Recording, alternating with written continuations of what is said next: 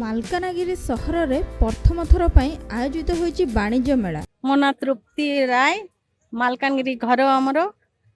ଏଇଠି ବାଣିଜ୍ୟ ମେଳା ଆସିଛି, ବହୁତ ଜିନିଷ ଶସ୍ତା ଅଛି।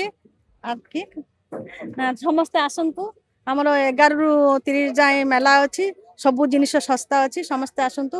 ବଢିଆ ଜିନିଷ ଆସିଛି, ବହରମପୁରରୁ ଆସିଛି, କନ୍ଧମାଳରୁ ଆସିଛି। ଆପଣ ସମସ୍ତେ ଆସିକି ଦେଖନ୍ତୁ, ବଢିଆ ଲାଗିବ। ସବୁ ଜିନିଷ ଶସ୍ତା ଅଛି। ଓଡ଼ିଶାର ପ୍ରସିଦ୍ଧ ଗ୍ରାମାଞ୍ଚଳ ଓ ସହରାଞ୍ଚଳ ଉତ୍ପାଦକ ସଂଘ ଅରୁପା ଆନୁକୂଲ୍ୟରେ ସ୍ଥାନୀୟ ନୂଆଗଡ଼ା ଷ୍ଟାଡିୟମ ପଡ଼ିଆରେ ଏହି ମେଳାର ଆୟୋଜନ କରାଯାଇଛି। ମୋ ନାଁ ଜଗଦୀଶ, ଆମେ ବ୍ରହ୍ମପୁର ଆସିଛୁ। ଆଚାର, ପାମ୍ପଡ଼, ବଡ଼ି, ଶାଗୁ ପାମ୍ପଡ଼ ସବୁ ଅଲ୍ ଭେରାଇଟି। ଆଚାର ଗୋଟେ 60ଟା ଭେରାଇଟି, ମସଲା ମସଲି ସବୁ ଅଲ୍ ଆଇଟମ୍ ନେଇକି ଆସିଛୁ। ଆମେ ଅଲ୍ ଡିଷ୍ଟ୍ରିକ୍ଟ ଯାଉଛୁ। ପ୍ରଥମ ଥର ମାଲକାନଗିରି ଆସିଛୁ, ଷ୍ଟାଡିୟମରେ ଲାଗିଛି ମେଳା।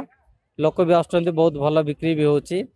ଆଉ ବାକି ଲୋକ ଯିଏ ଜାଣିନାହାନ୍ତି, ଆପଣଙ୍କ ମାଧ୍ୟମରେ ଆମେ ଜଣେଇଦେବା ଚାହୁଁ, ଆସନ୍ତୁ, ଭିଜିଟ୍ କରନ୍ତୁ, କିଣନ୍ତୁ। ମାନେ ବହୁତ ଜିନିଷ, ଆଚାର, ପାମ୍ପଡ଼, ବଡ଼ି, ଦାନ୍ତିଲି, ସୁପୁଲୁ, ମାନେ ଅଲ୍ ଭେରାଇଟି ଘର କରଣୀ ଜିନିଷ ଆସିଛି। ଅଶୋକ କୁମାର ସାହୁ, ମୁଁ ଅରୁପା ଅର୍ଗାନାଇଜେସନରୁ ଆସିଛି। ମାଲକାନଗିରିରେ ପ୍ରଥମ ଥର ପାଇଁ ଷ୍ଟାଡିୟମ ସାମ୍ନା ପଡ଼ିଆ ଯେଉଁ ନୂଆଗୁଡ଼ାରେ ଆମେ ସର୍ବଭାରତୀୟ ହସ୍ତଶିଳ୍ପ ମେଳା ଏବଂ ମାଲକାନଗିରି ବାଣିଜ୍ୟ ମେଳା ବର୍ତ୍ତମାନ ଚାଲିଛି। ଗତ 5 ତାରିଖରୁ ଆରମ୍ଭ ହୋଇ ଆଗାମୀ 30 ତାରିଖ ପର୍ଯ୍ୟନ୍ତ ଏଠି ଚାଲୁ ରହିବ।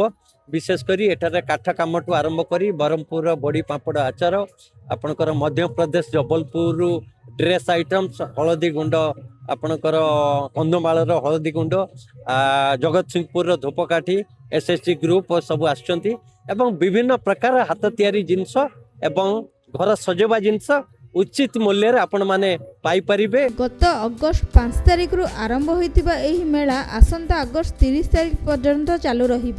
ଏହି ମେଳାରେ ଘର ସଜାବଟ ସାମଗ୍ରୀ, କାଠ, ମାଟି ଓ ବାଉଁଶ ତିଆରି ସୁନ୍ଦର କଳାକୃତି ସହ ଓଡ଼ିଶାର ପ୍ରସିଦ୍ଧ ସମ୍ବଲପୁରୀ, ବ୍ରହ୍ମପୁରୀ ପାଟଶାଢ଼ୀ, କଟକର ସୁନା ରୂପା ତାରକସି କାମ, ରାଜସ୍ଥାନୀ ଗହଣା ଏବଂ ଆୟୁର୍ବେଦିକ ଔଷଧ ସୁଲଭ ମୂଲ୍ୟରେ ଉପଲବ୍ଧ ହେଉଛି।